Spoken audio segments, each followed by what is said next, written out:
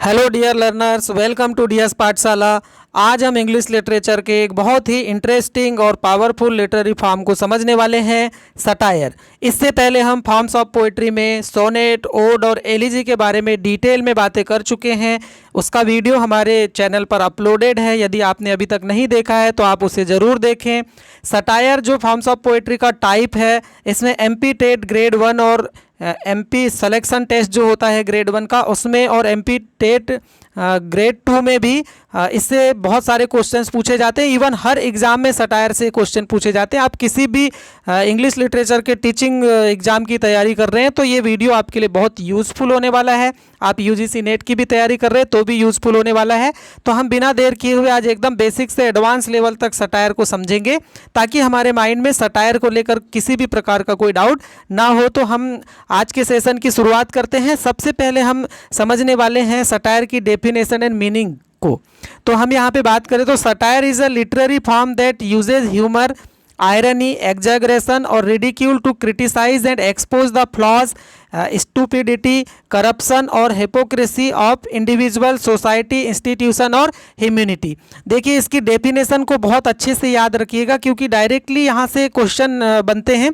इसको हम थोड़ा सा सरल भाषा में समझने का प्रयास करते हैं। तो देखिए, सटायर जो है, सटायर एक ऐसा लिटरेरी फॉर्म है, सटायर एक ऐसा लिटरेरी फॉर्म है जो ह्यूमर मतलब हास्य, आयरनी यानी कि विडंबना, एग्जैगरेशन मतलब जो अति संयुक्ति होती है, या जो रेडिक्यूल होता है, उपहास का इस्तेमाल करता है। और इसका जो मेन मकसद होता है वो इंडिविजुअल्स मतलब व्यक्तिगत रूप से, सोसाइटी समाज के लिए, इंस्टीट्यूशंस जो इंस्टीट्यूशंस होते हैं, या पूरी जो ह्यूमैनिटी होती है उसकी फ्लॉज को यानी कि कमियों को बताने का काम करता है ना। और जो स्टूपिडिटी होती है, मूर्खता, जो करप्शन होता है, भ्रष्टाचार, और हिपोक्रेसी, पाखंड, उसको उजागर करता है। तो ये जितने कीवर्ड्स हैं आपको ये सारे याद रखने होंगे। डायरेक्टली इसमें एग्जाम में इससे क्वेश्चन पूछे जाते हैं। तो कुल मिलाकर यहाँ पे जो सटायर होता है वो समाज में सुधार लाने के लिए लिखा जाता है। इसमें आप सिर्फ इसे ऐसे नहीं समझ सकते कि इसका सिर्फ जो उद्देश्य है वो मजाक बनाना ही है। इसमें बोलने के बाद मतलब समाज की कमियों को उजागर किया जाता है ताकि उसमें सुधार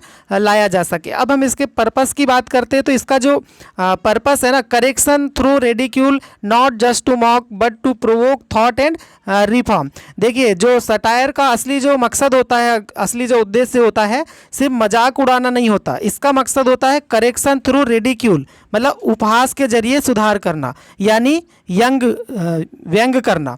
प्रोवोक करता है मतलब सोचने पर मजबूर करता है, और समाज या जो इंसान है उनके बुराइयों में सुधार लाने की कोशिश करता है। तो ये इसका मेन पर्पस है। कुल मिलाकर समाज सुधार के लिए ये लिखा जाता है। समाज में जो कुरीतियाँ हैं, जो बुराइयाँ हैं, उसमें जो सुधार लाया जा सकता है उसके लिए ये यूज़ किया जाता है। तो आई थिंक आप इतना समझ पा रहे होंगे। डायरेक्टली इससे क्वेश्चन आते हैं। मैक्सिमम टाइम तो क्या होता है कि डायरेक्टली इस डेफिनेशन से ही क्वेश्चन पूछ लिए जाते हैं। अब हम समझते हैं इसकी इटीमोलॉजी को।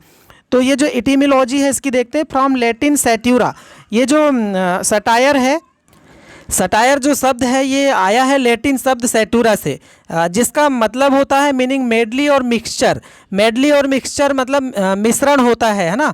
या एक प्रकार से बोलेंगे कि मेडली यानी भी मिक्सचर होता है और मिक्सचर यानी भी मिश्रण ही होता है। तो ध्यान रहे, इसका जो मेन संबंध है ना, सटायर एक यूनानी पौराणिक पात्र होता है, उससे नहीं है इसका मतलब एक सटायर जो होता है ना, देखिए उसकी स्पेलिंग ऐसे होती है SATYR, ये ए है ना, SATYR। तो इसका जो यूनानी पौराणिक पात्र है उससे इसका कोई संबंध नहीं है। मतलब ये एक प्रकार से हम ये बोल सकते हैं कि जो लैटिन है, हमको तो बेसिकली ये याद रखना है कि लैटिन वर्ड सैट्यूरा से आया है, जिसकी मीनिंग होती है मेडली और मिक्सचर। देखिए, इटीमोलॉजी से डायरेक्टली एमपी टेट का जो पैटर्न है उसमें देखा गया है कि एक आधा क्वेश्चन इटीमोलॉजी से भी आता है कि किस कंट्री के वर्ड से लिया गया, मतलब कहाँ से उसकी उत्पत्ति हुई है। तो ये आपको ध्यान रखना है। अब हम इसके थोड़े टोन के बारे में समझते हैं। तो इसकी जो टोन होती है ना, वो विटी होती है, सार्कास्टिक होती है, ठीक है, हिटिंग और ह्यूमरस होती है। मतलब कुल मिलाकर अगर मैं बोलूँ तो सटायर की जो टोन होती है वो थोड़ी बुद्धिमान पूर्ण होती है, मतलब बुद्धिमता पूर्ण जिसको हम बोल सकते हैं। सार्कास्टिक मतलब थोड़ी कटाक्षपूर्ण होती है। बिटिंग मतलब जो थोड़ी तीखी होती है, और ह्यूमरस मतलब हास्यपूर्ण तरह की होती है। यानी अगर सिंपल शब्दों में मैं बोलूं तो सिंपल शब्दों में कहें तो सटायर एक लिटरेरी हथियार है जो हंसी और व्यंग के जरिए समाज की जो गलतियां हैं उनको दिखाता है और सुधार के लिए इंस्पायर करता है। तो ये अभी तक का इस स्लाइड का बेसिक जो हम समझ पा रहे हैं वो ये है कि सटायर एक ऐसा लिटरेरी हथियार है जो हंसी और व्यंग के माध्यम से जो समाज में जो गलतियां हैं, समाज में जो बुराइयां हैं, उनके सुधार के लिए समाज को इंस्पायर करने का काम करता है। तो आई थिंक आप इतनी बात समझ पाए होंगे। हम आगे नेक्स्ट स्लाइड पे मूव करते हैं। अब हम इसका देखते हैं हिस्टोरिकल डेवलपमेंट ऑफ सटायर। अब देखते हैं कि इसका कहाँ से कहाँ तक डेवलपमेंट हुआ है, मतलब कैसे सटायर का डेवलपमेंट हुआ। ये बहुत इंपॉर्टेंट आस्पेक्ट है। बदलते ज़माने के साथ जो हमारे सिलेक्शन बोर्ड होते हैं, मतलब जो एग्ज़ाम कंडक्ट कराते हैं, वो बोर्ड में जो कमेटियाँ होती है क्वेश्चन बनाने वाली, वो काफ़ी एडवांस लेवल तक आजकल जाने लग गई हैं। तो हमें भी थोड़ा एडवांस लेवल पर चीज़ों को पढ़ना पड़ेगा। अब तक हमने जो सटायर के बारे में जाना कि सटायर होता क्या है, इसका पर्पस और टोन क्या है। अब हम इसके पूरे हिस्टोरिकल डेवलपमेंट को, मतलब इसके ऐतिहासिक विकास को स्टेप बाय स्टेप हम समझने का प्रयास करते हैं। सबसे पहले देखिए एंशिएंट ग्रीस की बात करते हैं, जिसको हिंदी में प्राचीन यूनान बोलते हैं। तो हिंदी नाम से तो हमें ज़्यादा लेना देना है नहीं। तो एंशिएंट ग्रीस में देखते हैं कि सटायर की शुरुआत हुई कैसे। तो देखिए सटायर की शुरुआत जो है एंशिएंट ग्रीस में हुई। यहाँ पर एक एरिस्टोफेंस एक प्लेराइट थे, ठीक है। प्लेराइट तो आप समझते ही हैं, एक प्लेराइट थे ने अपनी प्लेज लिखी, जैसे इनका एक था द क्लाउड्स, ठीक है, और लिसिस्ट्राटा। इन्होंने अपना द क्लाउड्स और लिसिस्ट्राटा में पॉलिटिकल और सोशल जो सटायर है उसका यूज़ किया। यानी सोसाइटी और पॉलिटिक्स की कमियों को मजाक और व्यंग के जरिए दिखाया इन्होंने। तो यहाँ पे जो ग्रीस का टाइम था, मतलब एंशिएंट ग्रीस का टाइम था, वहाँ पे जो एरिस्टोफेंस है इन्होंने इस तरह से इसे यूज़ किया। तो यहाँ से इसका डेवलपमेंट माना जाता है। अब हम बात करते हैं रोमन पीरियड की। तो रोमन पीरियड में देखते हैं कि यहाँ पे कैसे इसका डेवलपमेंट हुआ। इस टाइम पे दो बड़े बड़े नाम थे। जो रोमन पीरियड था उस टाइम में दो बड़े बड़े नाम सामने आते हैं, जुवेनल और होरास के। तो देखिए जुवेनल हैं और होरास हैं, इनके बिना तो सटायर की आप बात ही नहीं कर सकते। बहुत बड़े और इम्पॉर्टेंट नाम है। तो देखो जो जुवेनाइल है, जुवेनल जिसको बोलते हैं, अब देखिए पढ़ने में थोड़ा इधर उधर हो सकता है। जुवेनल का जो सटायर है थोड़ा ज़्यादा हार्श और बिटिंग हुआ करता था, मतलब थोड़ा कटु और तीखा होता था। लेकिन इन कंपैरिजन होरास जो, और होरास का जो सटायर था वो हल्का फुल्का विटी और लाइट हार्टेड होता था, मतलब थोड़ा सा लाइट हार्टेड होता था। मतलब ये बेसिक डिफरेंस था यहाँ पे। रोमन पीरियड के टाइम जो जुवेनियल सटायर है वो थोड़ी ज़्यादा कठोर हुआ करती थी सिंपल शब्दों में, और होरास का थोड़ा था वो लाइट था, मतलब ये ज़्यादा कटु बोल के सुधार का प्रयास नहीं करते थे। तो ये रोमन पीरियड की विशेषता थी। अब हम बात करते हैं मिडाइवल इरा में। देखिए मिडाइवल इरा जो होता है मध्यकालीन युग, इसमें इस समय सटायर का जो प्रयोग है ना वो एलिगरीज, मतलब जो रूपक कथाएं होती हैं ना उनके रूप में होने लग गया था, और सरमन्स जो धार्मिक प्रवचन होते हैं उसमें इसका उपयोग किया जाने लगा। अब यहाँ पे देखिए satire used in एलिगरीज and sermons, मतलब यहाँ पे रूपक कथाओं के रूप में और जो धार्मिक प्रवचन होते थे उनमें इसका उपयोग किया जाने लगा मिडाइवल इरा में। अब यहाँ पे इसके जो सबसे इम्पॉर्टेंट एग्जाम्पल है वो है पियर्स प्लॉमेन का एक एलोगेरिकल पोएम है जिसमें समाज की बुराइयों पर व्यंग किया गया है। तो ये मिडाइवल इरा में सबसे फेमस एग्जाम्पल है। तो कुल मिलाकर यहाँ पे एंशिएंट ग्रीस में और रोमन पीरियड में और मिडाइवल इरा में जो चीज़ें हुई वहाँ से मतलब धीरे धीरे जो ऑथर हैं, जो लेखक हैं, उन्होंने सटायर का यूज़ करना चालू किया। देखिए यहाँ से डायरेक्टली क्वेश्चन नहीं बनता, ये तो एक बैकग्राउंड के लिए है कि अब देखिए इनसे क्वेश्चन ऐसे बनता है कि ये जो एरिस्टोफेंस है ये बहुत फेमस सटायरिस्ट हैं। तो इनके एग्जाम्पल हमको डायरेक्टली याद रखना है। आगे मैंने चार्ट में इनके बारे में और चीज़ें रखी है ताकि हम उसे एक बार में सारे जो इंपॉर्टेंट एग्जाम्पल्स हैं उसको हम समझें। अब हम नेक्स्ट स्लाइड की तरफ मूव करते हैं। अब हम बात करते हैं रेनेसा में। देखते हैं कि जो रेनेसा टाइम पीरियड था उसमें जो सटायर है उसका डेवलपमेंट कैसे हुआ। तो ये जो रेनेसा का काल था, रेनेसा एरा था, है ना, जो युग चल रहा था, यहाँ पे क्या हुआ, सटायर और जो मतलब जो था वो और फ्लोरिश हुआ, मतलब और फला फूला, वो बहुत डेवलप हुआ, है ना। And poetry flourish, that is Erasmus in praise of folly. देखिए यहाँ पे इरास्मस ने उनका in praise of a folly लिखकर धार्मिक और जो सामाजिक पाखंड था ना, उस पर उन्हें एक बहुत तगड़ा प्रहार किया, कटाक्ष किया। इस समय एसेज और पोएट्री में सटायर खूब लिखा जाने लगा। मतलब एसेज और जो पोएट्री थी ना, वहाँ पे बहुत ज़्यादा सटायर का यूज़ किया जाने लगा। तो ये बेसिक जो रेनेसा टाइम है उसमें सटायर का यहाँ पे यूज़ हुआ, ये आपको याद रखना है। नाम किनका? इरास्मस का।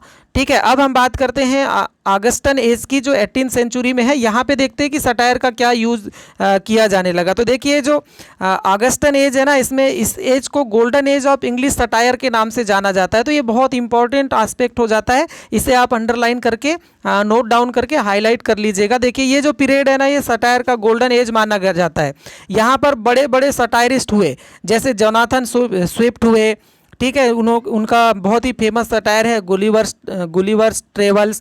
और अलेक्जेंडर पोप हुए, जैसे उनका बहुत ही इम्पोर्टेंट जो सटायर है the rape of the lock. और जोसेफ एडिसन हुए, एसेज इन द स्पेक्टेटर। तो इन सब ने पॉलिटिक्स और सोसाइटी और ह्यूमन जो फॉलीज पर तीखे तीखे व्यंग स्टार्ट किए।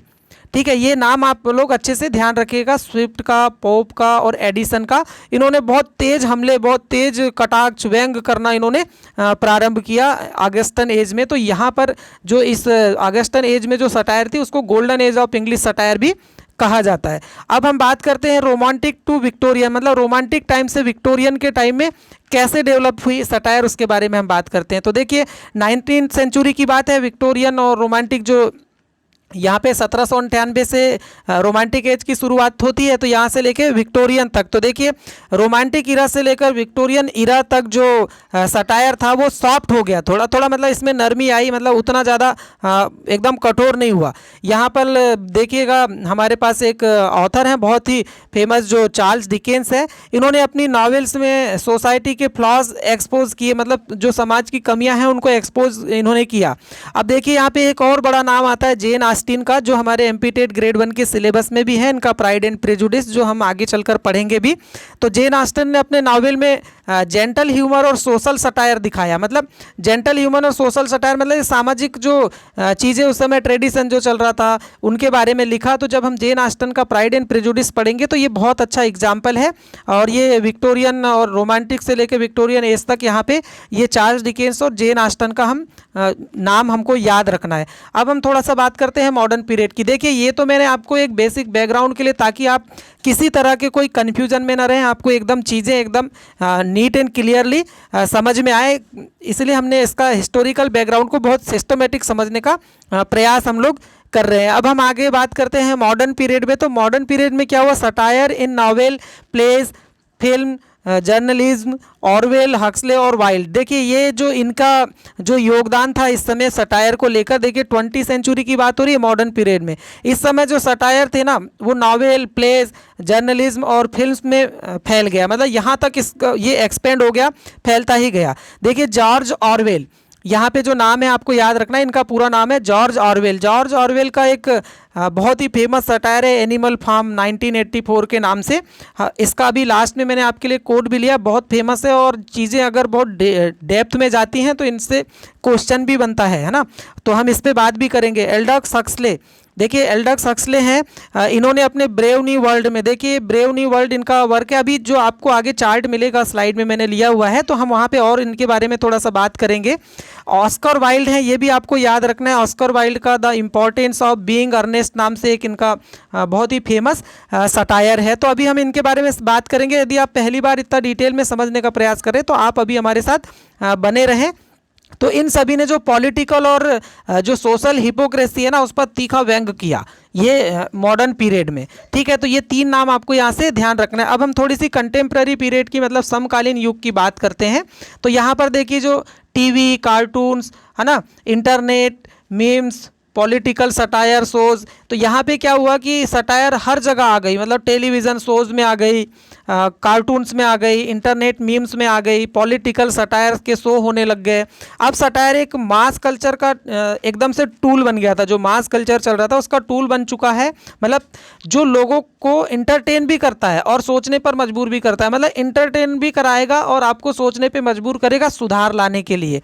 तो दोस्तों सटायर एक का जो हमारा अभी तक सफ़र है एंशियंट ग्रीस से शुरू होकर जो इंटरनेट मीम्स और टीवी की दुनिया तक पहुंचा है, हर युग में सटायर ने समाज के जो फ्लॉज हैं, जो कमियां हैं, उनको दिखाया है और बदलाव के लिए इंस्पायर किया है। तो आई थिंक आप इसे अगर 2-3 बार रिपीट करके देखेंगे ना कि यहाँ पे क्या क्या चीज़ें हुए, क्या क्या चेंजेस हुए, ये जो फेमस एग्जाम्पल है इन पे हम अलग से अभी बात करेंगे। तो अब हम आगे स्लाइड पर मूव करते हैं और अब हम समझते हैं जो सटायर उसका स्ट्रक्चर एलिमेंट ऑफ सटायर, मतलब हम सटायर के स्ट्रक्चर एलिमेंट को समझने का प्रयास करते हैं। ठीक है, जो एलिमेंट होते हैं मतलब सटायर किन किन रूपों में, किन टूल्स में और किन टारगेट्स और किस टोन के साथ काम करता है, ये हम अभी यहाँ पे समझने वाले हैं। तो देखिए सबसे पहले हम बात करते हैं इसके फॉर्म के। तो maybe prose, verse, drama, fiction और ऐसे। देखिए सटायर किसी एक फॉर्म तक सीमित नहीं है, मतलब ऐसा नहीं है कि सटायर सिर्फ पोएम में यूज़ होता है या प्रोज में होता है या तो फिक्शन में होता है, नॉन फिक्शन में, नॉवेल में, ड्रामा में, ऐसा नहीं है।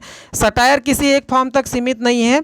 ये प्रोज हो गया, वर्स हो गया, ठीक है, ड्रामा हो गया, फिक्शन हो गया या एसेज हो गए, किसी भी रूप में लिखा या प्रस्तुत किया जा सकता है। मतलब इसका जो फॉर्म है वो किसी भी रूप में हो सकता है। आई थिंक आप इतना समझ गए होंगे। अगर हम इसके टूल की बात करें तो irony, sarcasm, parody, caricature, burlesque, exaggeration. देखिए बहुत ज़्यादा पूछे जाने वाले टॉपिक में से ये हैं, यहाँ से डायरेक्टली आते हैं। ये जो हमारे सटायर का जो प्रभाव है ना, वो अलग अलग लिटरेरी टूल्स यूज़ करता है। जैसे कि ये आपका देखिए आयरनी हो गया, आयरनी मतलब विडम्बना, है ना। सार्काज्म, सार्काज्म मतलब कटाक्ष। देखिए कुछ स्टूडेंट हिंदी मीडियम के भी होते हैं, इसलिए मैं बाइलिंगुअल, हमारा जो वीडियो होने वाला है एक्सप्लेनेशन वो बाइलिंगुअल होगा।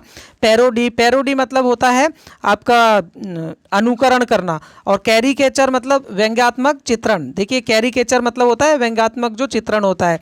बल्स्क्यू मतलब हास्यपूर्ण अतिशयोक्ति। बल्स्क्यू मतलब जो हास्यपूर्ण होती है ना, अतिशयोक्ति होता है, उसमें हास्य होता है। एग्जैगरेशन मतलब वही अतिशयोक्ति, बढ़ा चढ़ाकर कहना। तो ये इसके टूल्स हैं, इनके द्वारा सटायर को यूज़ किया जाता है। देखिए लिटरेरी टर्म में हम इन सबको भी अलग से पढ़ेंगे, लेकिन यहाँ मैंने अभी आपको जो जो टूल है आयरनी से मतलब जिसमें हम बोलते कुछ और है, मतलब कहते कुछ और हैं और मतलब कुछ और होता है। तो ये सारे जो टूल्स हैं ना, ये यूज़ किए जाते हैं सटायर करने के लिए। ठीक है, मतलब समाज में सुधार लाने के लिए। अब हम इसका समझते हैं कि भाई अगर ये लिखा, इसका टारगेट होता क्या है। जैसे अभी तक हम बात करते आ रहे हैं, तो हमको ये समझना है कि जो सटायर है उसका टारगेट क्या होता है। तो देखिए moral flaws, societal evils, political corruption और ह्यूमन फॉली। इसमें क्या होता है कि जो सटायर का जो निशाना होता है, जो मेन टारगेट होता है, वो मोरल फ्लॉज मतलब जो नैतिक कमियां होती है ना, उसके बारे में निशाना करना, मतलब उस पर निशाना करना। अब सोसाइटल एविल्स मतलब जो सोशल सामाजिक बुराइयां होती है ना, उस पर भी ये सीधे के सीधे निशाना करता है। पॉलिटिकल करप्शन, पॉलिटिकल करप्शन का मतलब है कि जो राजनीतिक भ्रष्टाचार है उस पर डायरेक्ट एम करता है। अब ह्यूमन फॉली मतलब मानव की जो मूर्खताएं हैं, मतलब मनुष्य जो गलतियां करता है, मूर्खताएं करता है। यानी सटायर हमेशा किसी ना किसी कमी, हिपोक्रेसी या वीकनेस पर सीधे डायरेक्टली चोट करता है। मतलब ये समझ लीजिए कि ये डायरेक्ट वार करता है। आप सरल भाषा में बोले तो ये इसका डायरेक्ट वार होता है बुराइयों के ऊपर। अब हम थोड़े से इसके टोन को भी समझने का प्रयास। देखिए बहुत लंबा जरूर जा रहा है वीडियो, लेकिन इतना डिटेल में हमको समझना बहुत ज़रूरी है। अब इसकी टोन के बारे में बात करते हैं। तो जो सटायर की टोन होती है ना, वो मॉकिंग होती है, मतलब उपहासपूर्ण होती है, थोड़ी प्लेफुल होती है, मनोरंजक, है ना। एंग्री होती है, थोड़ी क्रोध वाली, और थोड़ी सीरियस भी होती है, बिटर भी होती है, मतलब थोड़ी तीखी होती है, गंभीर होती है ना। मतलब यह जो टोन है ना, इस पर डिपेंड करती है कि जो सटायर किस टाइप का है। मतलब डिपेंडिंग ऑन टाइप, मतलब कि वो किस टाइप का है। अगर वो होरासियन है तो थोड़ा हल्का होगा, और जुवेनियल है तो थोड़ा वो तीखा होगा। अब हम इसके पर्पस की बात करते हैं। देखिए काफ़ी लंबा वीडियो हो रहा है, लेकिन आप पेशेंस बना के रखें। यदि आप अच्छे लर्नर हैं और चीज़ों को बहुत अच्छे से सीखना चाहते हैं, तो आप अंत तक ज़रूर देखिएगा वीडियो। अब हम बात करते हैं इसके पर्पस की। तो सटायर का जो मुख्य उद्देश्य होता है ना, वो होता है रिडिक्यूल करना, मतलब उपहास करना, रिडिक्यूल करना, है ना। तो ये इसका मेन जो उद्देश्य होता है वो होता है ताकि जो सोसाइटी को है ना, अपनी जो फ्लॉज है वो दिखे, ताकि मतलब जो समाज में जो गलतियां हो रही है वो उनको नज़र आ सके और लोग थोड़े से अवेयर हो जाएं, है ना, और थोड़ा सा करेक्शन करे, सुधार करे। यानी सटायर केवल मजाक के लिए नहीं यूज़ किया जाता, बल्कि प्रोवोक, अवेयरनेस और इंस्पायर, रिफॉर्म करने के लिए किया जाता है। मतलब एक प्रकार से सुधार के लिए। कुल मिलाकर देखिए सारे चीज़ का जो हमारा मेन वो जा रहा है, सटायर का वो मेन है कि समाज में जो चीज़ें गलत रूप में हैं उन पे व्यंग करना, उन पे निशाना साधना, उनको उजागर करना ताकि समाज में सुधार आ सके। तो अब हम नेक्स्ट स्लाइड की तरफ मूव करते हैं। आई थिंक आप यहाँ तक समझ पाए होंगे। अब हम बात करते हैं टाइप ऑफ सटायर के बारे में। तो टाइप ऑफ सटायर की बात करें तो देखिए इसमें सबसे पहले हम बात करने वाले हैं होरेशियन सटायर के बारे में। टाइप्स ऑफ सटायर में सबसे पहले हम बात करेंगे किसकी, होरेशियन सटायर की। तो यहाँ पे क्या हुआ था, जो होरेशियन सटायर है ना, ये बेसिकली एक रोमन पोएट थे होरास, इनके नाम से लिया गया है। ठीक है, आपको ये मैं बता रहा हूँ, आपको ध्यान रखना है। होरेशियन पोएट थे, मतलब रोमन पोएट थे होरास, उनके नाम से लिया गया है। इसका जो नेचर होता है ना, जेंटल और थोड़ा विटी सटायर होता है। ये मतलब लाइट हार्टेड होता है, मतलब हल्का फुल्का होता है ना। जेंटल और थोड़ा सा आप यूँ बोले कि विटी सटायर होता है। इसका पर्पस है हंसी मजाक और इंटरटेनमेंट के साथ छोटी छोटी कमियों को दिखाना। और इसकी जो टोन है ना वो थोड़ी प्लेफुल होती है, अम्यूजिंग होती है, लाइट हार्टेड होती है।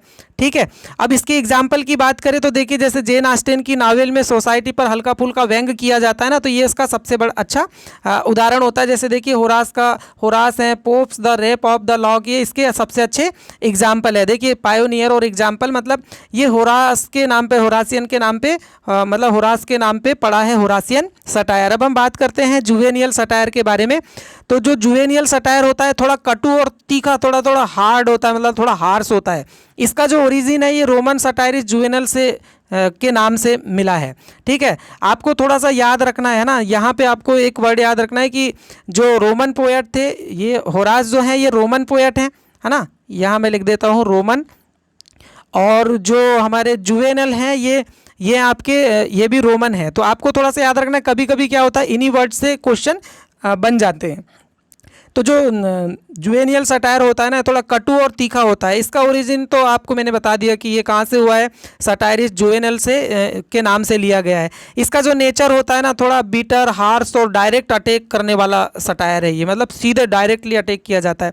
इसका पर्पस है पॉलिटिकल जो करप्शन हो रहे हैं, ठीक है, हिपोक्रेसी और सोसाइटल जो इनजस्टिस को एक्सपोज करना इसका मेन पर्पस होता है। इसकी टोन की बात करें तो इसकी जो टोन होती है वो एंग्री होती है, थोड़ी बीटिंग और सार्कास्टिक होती है।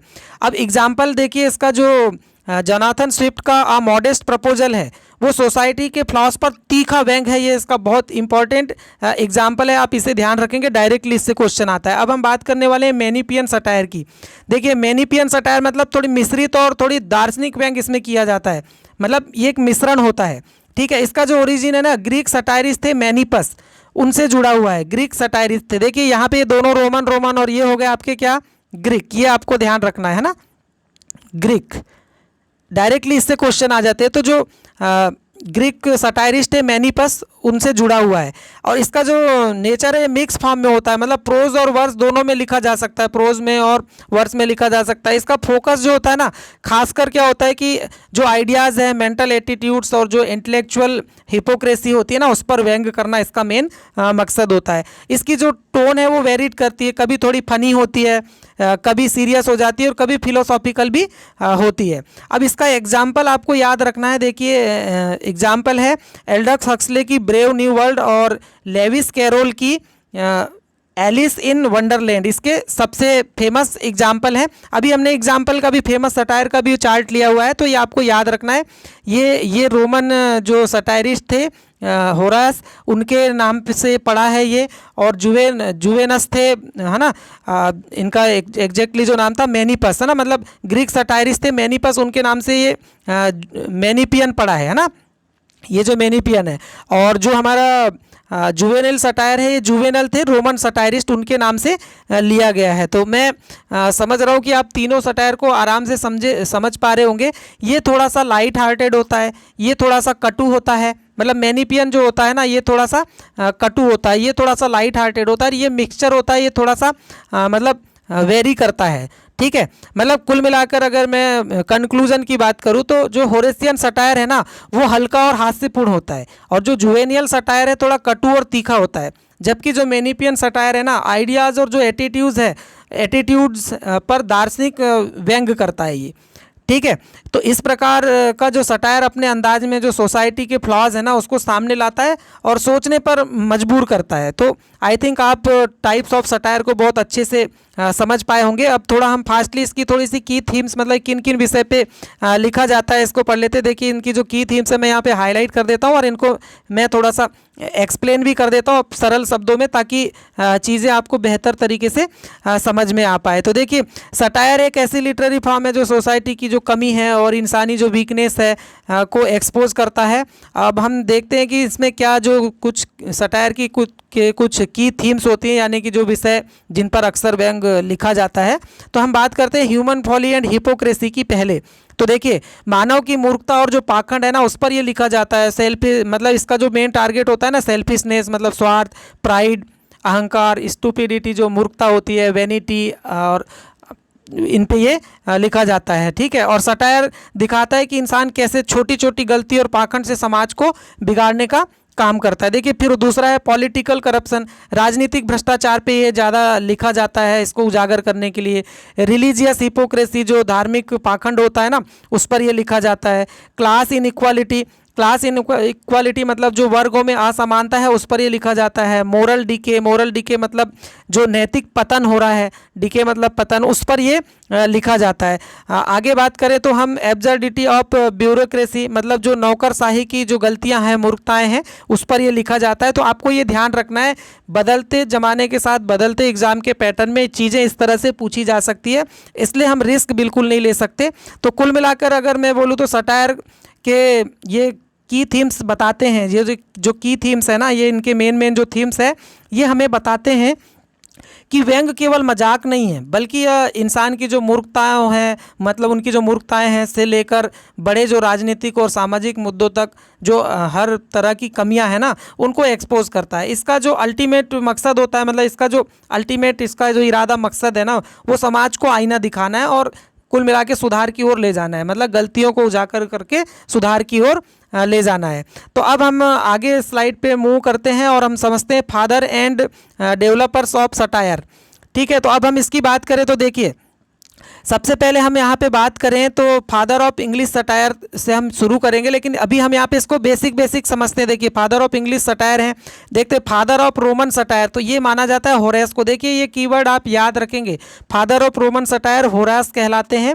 Developed poetic satire with humour and moderation, तो ये आप एग्जैक्टली याद रखेंगे, ये कीवर्ड है, मतलब ये डायरेक्टली पूछे जाने वाले फैक्ट हैं। हम देखिए फादर ऑफ इंग्लिश सटायर के फादर जॉन ड्राइडन को माना जाता है। इसे हम थोड़ा ज़्यादा समझते हैं क्योंकि ये ज़्यादा इंपॉर्टेंट हो जाता है।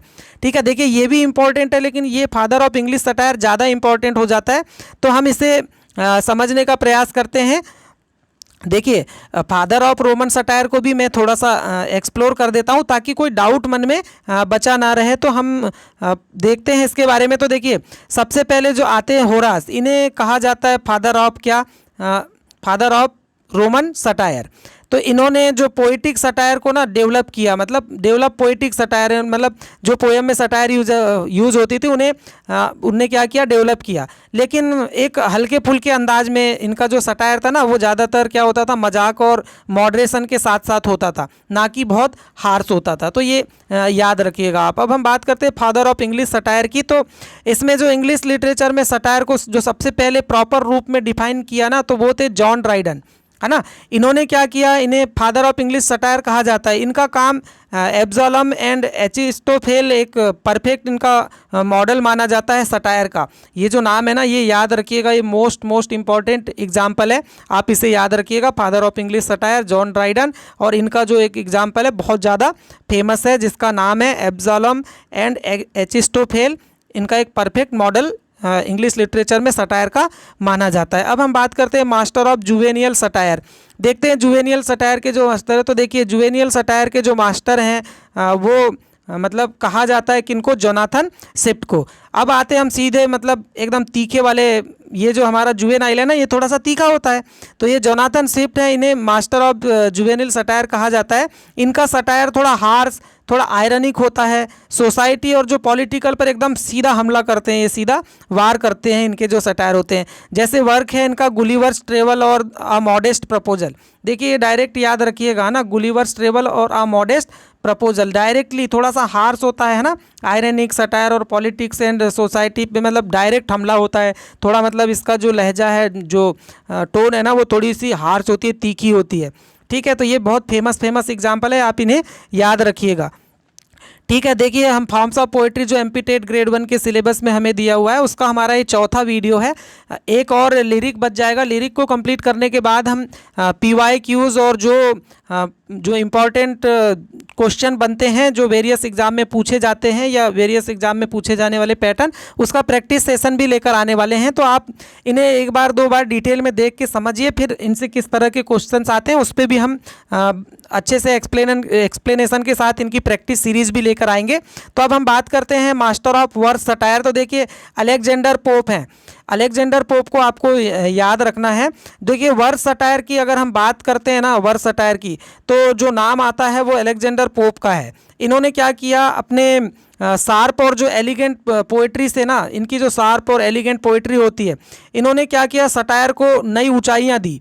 इनके वर्क्स जैसे द डनसिएंड और एपिस्टल टू डॉक्टर अर्बथनॉट आज भी फेमस इनके एग्जाम्पल हैं। ठीक है, तो याद रखिएगा मास्टर ऑफ वर्स सटायर। अब हम बात करने वाले हैं अगले मॉडर्न सटायरिस्ट के बारे में। तो मॉडर्न सटायरिस्ट में आते हैं, थोड़ा सा मैं इसको वो कर देता हूँ, स्लाइड में ये दिख नहीं रहा होगा तो मैं यहीं से आपको समझा देता हूँ। ऑरवेल, वाइल्ड, यहाँ पे जो नाम है इनको। तो जो मॉडर्न सटायरिस्ट हैं, मॉडर्न इरा में जो सटायर है ना, उसको आगे बढ़ाया है, वो हैं जॉर्ज ऑरवेल, ऑस्कर वाइल्ड और एल्डस हक्सले। इन ऑरवेल ने अथॉरिटेरियनिज्म पर, जो वाइल्ड ने कल्चर और मैनर्स पर, और हक्सले ने साइंस और फ्यूचर सोसाइटी पर सटायर लिखना चालू किया। मतलब देखिए यहाँ थोड़ा सा पढ़ने में हो जाता है ना, थोड़े से जो कठिन वर्ड होते हैं, या मेरा प्रोनाउंसिएशन मैं आपको पहले भी बोल चुका हूँ, तो आप थोड़ा सा देख लीजिएगा। तो इस तरह से अगर कंक्लूजन हम निकालें तो सटायर एक ऐसी कला है जो हर एरा में बदलते समाज को आईना दिखाने का काम करती है। मतलब जो भी गलतियाँ हैं उनको दिखाकर, बोलकर, कहकर उनमें सुधार लाना। मतलब होरास से लेकर ऑरवेल तक हर सटायरिस्ट ने अपनी अपनी स्टाइल से हमें सोसाइटी के जो फ्लॉज हैं वो दिखाए, है ना।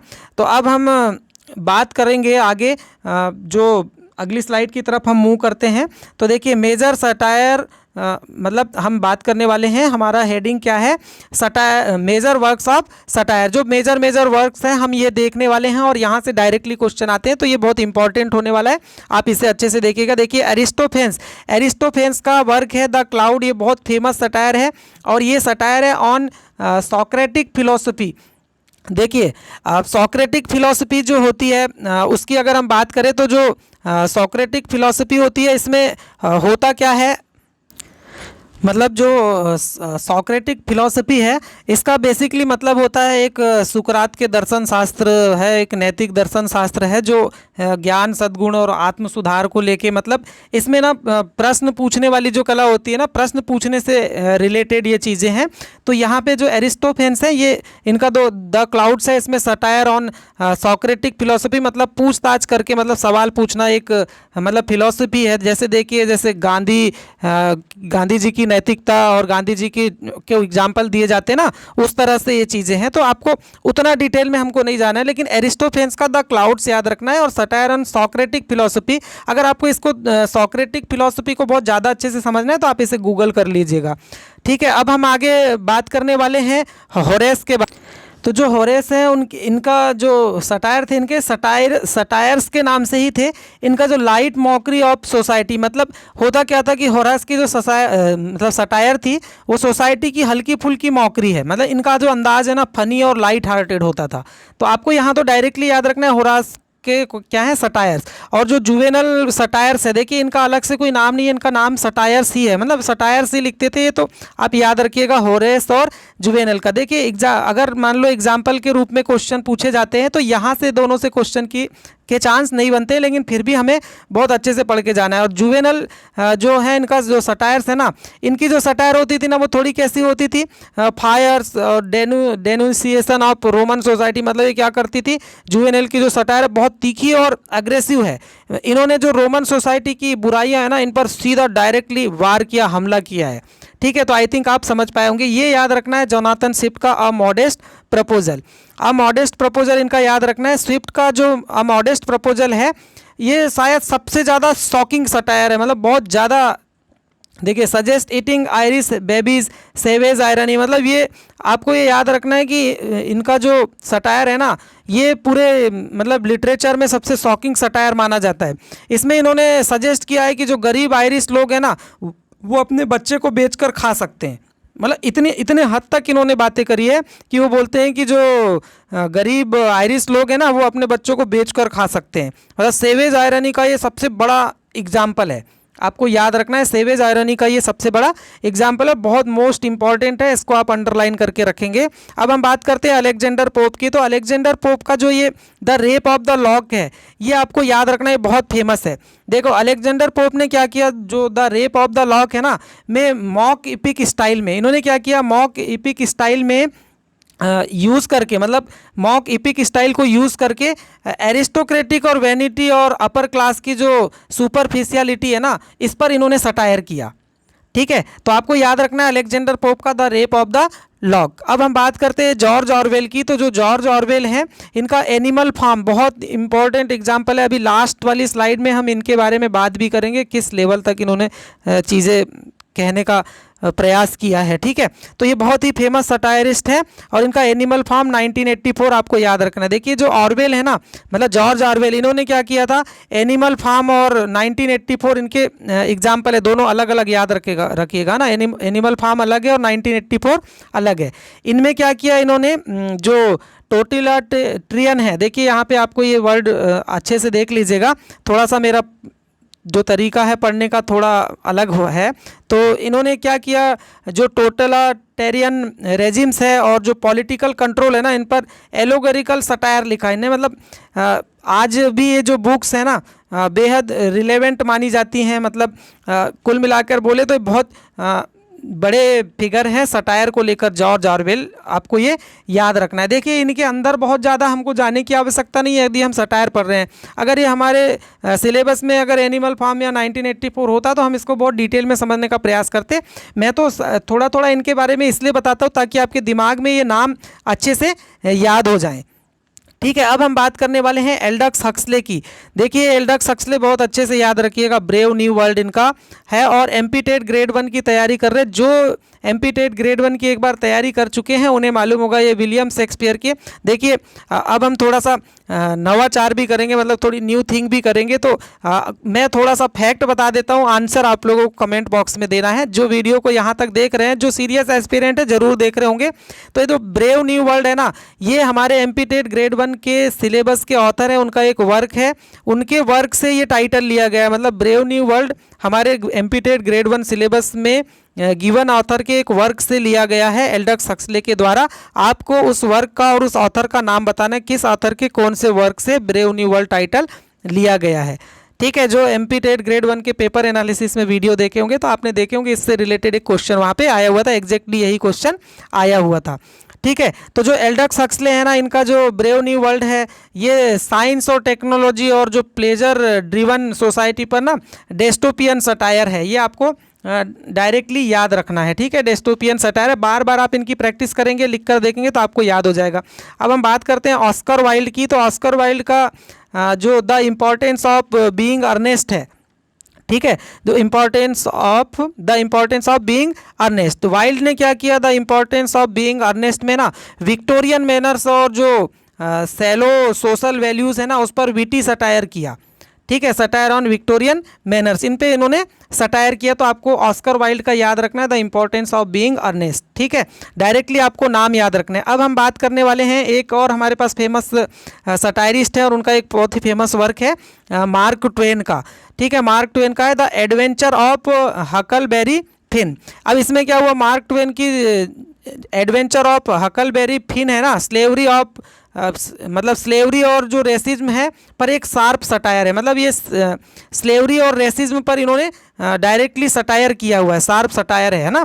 जो अमेरिकन जो सोसाइटी है ना, उसकी जो हिपोक्रेसी है, वहाँ का जो पाखंड है, उसको ये अपने इस वर्क में, अपनी सटायर में दिखाने का प्रयास करते हैं।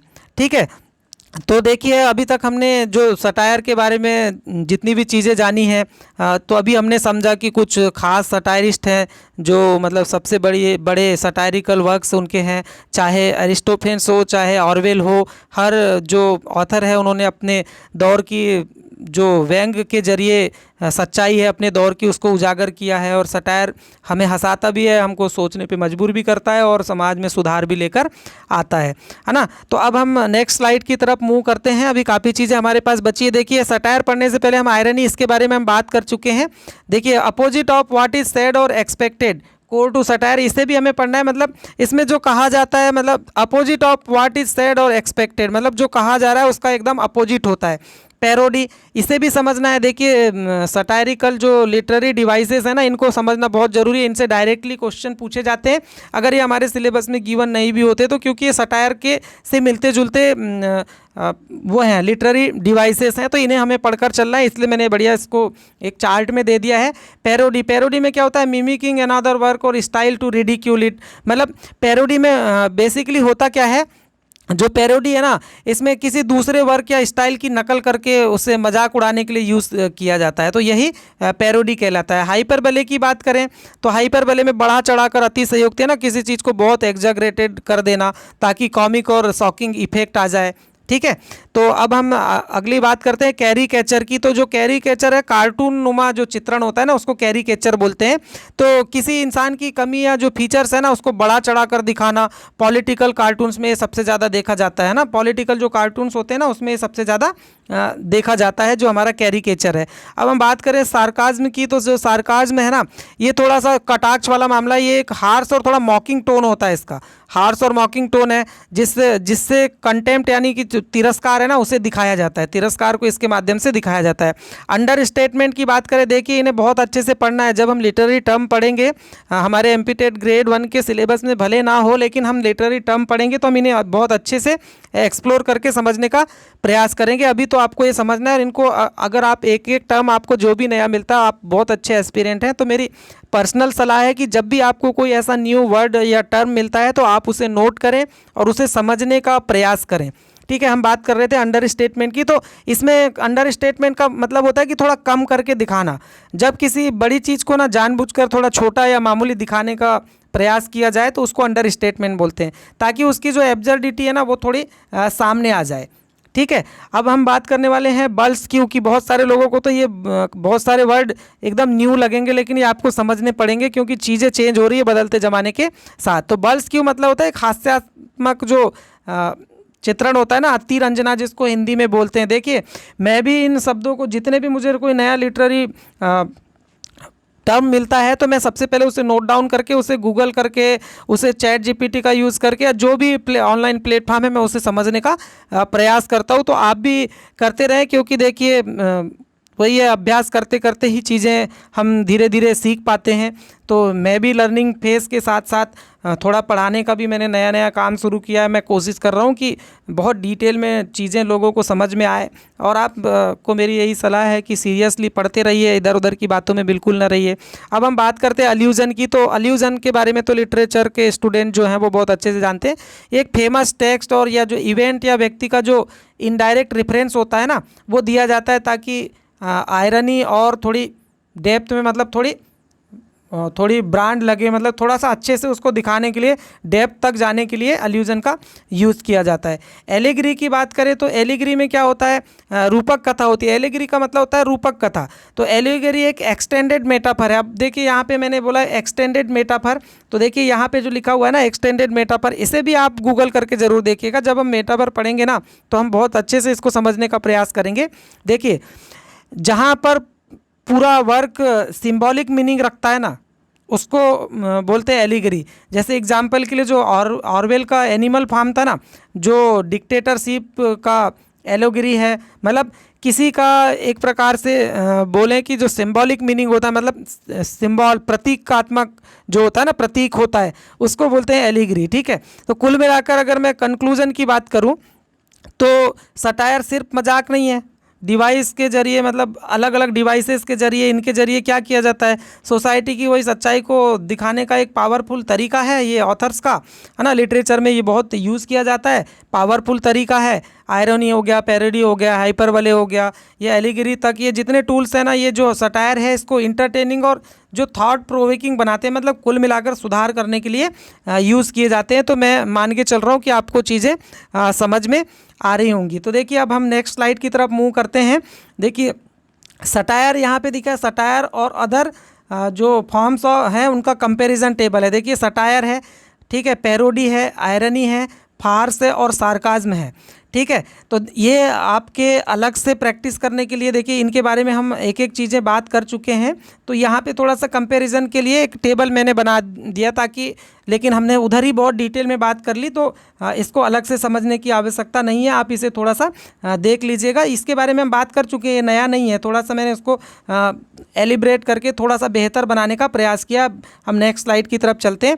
देखिए अब ये जो लास्ट स्लाइड है ये, इसमें आपको समझना है कि जिस तरह से एमपी-टेट ग्रेड 2 मेंस में चीज़ें गई, तो इस तरह से चीज़ें पूछी जा सकती है। तो ये बहुत इंपॉर्टेंट स्लाइड होने वाली है कि कोट्स टू रिमेंबर, याद रखना है। देखिए जोनाथन स्विफ्ट ने सटायर को लेकर कुछ बोला है ना। तो ये इन्होंने बोला है, satire is a sort of glass wherein beholders do generally discover everybody's face but their own. तो ये जो हमारे जोनाथन स्विफ्ट है, इन्होंने क्या बोला है कि इनका मतलब ये है कि सटायर एक ऐसा आईना है, दर्पण है, जिसमें लोग क्या करते हैं, दूसरे की कमियों को देख लेते हैं लेकिन अपनी कमी उन्हें दिखाई नहीं देती है। तो इनका एक बहुत फेमस स्टेटमेंट है, ये सटायर को लेकर इन्होंने बोला है। ये most very very important point में है, आप इसे याद रखिएगा। वैसे ही अलेक्जेंडर पोप ने भी बोला है, fools rush in where angels fear to tread. तो देखिए जो अलेक्जेंडर पोप है, इनका ये मतलब ये बताते हैं कि कैसे मूर्ख बिना सोचे समझे वहाँ कूद पड़ते हैं जहाँ समझदार लोग जाने से भी डरते हैं, ये इनका कहना है। Fools rush in where angels fear to tread, मतलब कैसे मूर्ख लोग बिना सोचे समझे वहाँ चले कूद पड़ते हैं जहाँ समझदार लोग जानबूझकर भी या लोग जाने से भी डरते हैं, ठीक है। तो ये भी बहुत फेमस कोटेशन है, आपको ये याद रखना है। जॉर्ज ऑरवेल का भी एक फेमस कोटेशन है, all animal are equal but some animal are more equal than others. ये बहुत इंपॉर्टेंट है, आप ध्यान रखिएगा। ये जो जॉर्ज ऑरवेल है ना, इन्होंने ये जो बोला है, ये कई सारी एग्जामों में ये डायरेक्टली पूछा जाने वाला कोटेशन है, आपको ध्यान रखना है, ठीक है। मतलब ये कह रहे हैं कि ऑल एनिमल आर इक्वल, की सारे जो जानवर हैं वो एक समान होते हैं, but some animal are more equal than other, लेकिन कुछ एनिमल बहुत ज़्यादा ही इक्वल होते हैं दूसरों की तुलना में। मतलब कुल मिलाकर जो ऑरवेल ने जो एनिमल फॉर्म है ना, उसमें लिखा है कि all animal are equal but some animal are more equal than others. तो ये जो टोटलिटेरियन जो पॉलिटिक्स होती है ना, हिपोक्रेसी होती है, उसको दिखाता है। जहाँ मतलब इक्वालिटी का दावा तो होता है, मतलब समानता की बात तो होती है, लेकिन वहाँ इक्वालिटी का दावा होने के बाद असलियत में इनइक्वालिटी छुपी रहती है। मतलब वहाँ पे समानता नहीं होती, असमानता होती है। मतलब यहाँ पे जो ऑरवेल है ना, ये अगर आप इसको थोड़ा डिटेल में समझने का प्रयास करेंगे तो ऑरवेल यहाँ पे एक स्टालिनिस्ट रसिया है और उसकी एक पॉलिटिकल हिपोक्रेसी है, उसकी आलोचना वो वहाँ पे कर रहे हैं अपने उस वर्क में, जिनका नाम है एनिमल फार्म। तो कुल मिलाकर कंक्लूज़न ये निकलता है, देखिए मैंने थोड़ा सा दिया इंटरेस्टिंग वे बनाने के लिए कंक्लूज़न, कि सटायर सिर्फ एक हंसी मजाक नहीं, समाज की कमियों का एक आईना, दर्पण है, जो मतलब सुधार का हथियार है, और एक ऐसी लिटरेरी जो ताकत है, शक्ति है, विट है ना, विजडम को, मतलब जो शक्ति, जो विट और विजडम को मिला जुला कर मतलब सच को सामने लाती है बोलकर, सुधार लाने के लिए, है ना, जिसे अक्सर लोग नज़रअंदाज कर दिया जाता है ना, इसलिए वो एक तरीका है कि समाज में सुधार लाया जा सके।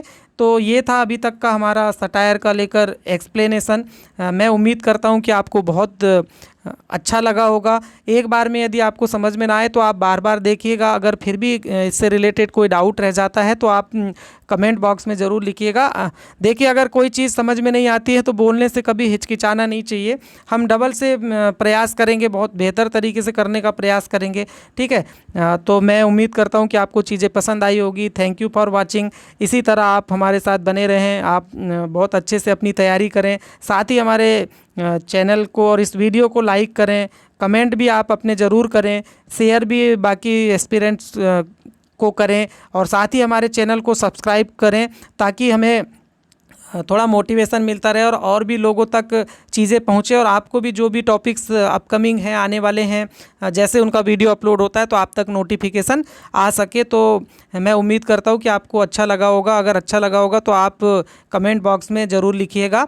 तो थैंक यू फॉर वॉचिंग। मिलते हैं नेक्स्ट वीडियो में, तब तक के लिए बाय बाय, टेक केयर।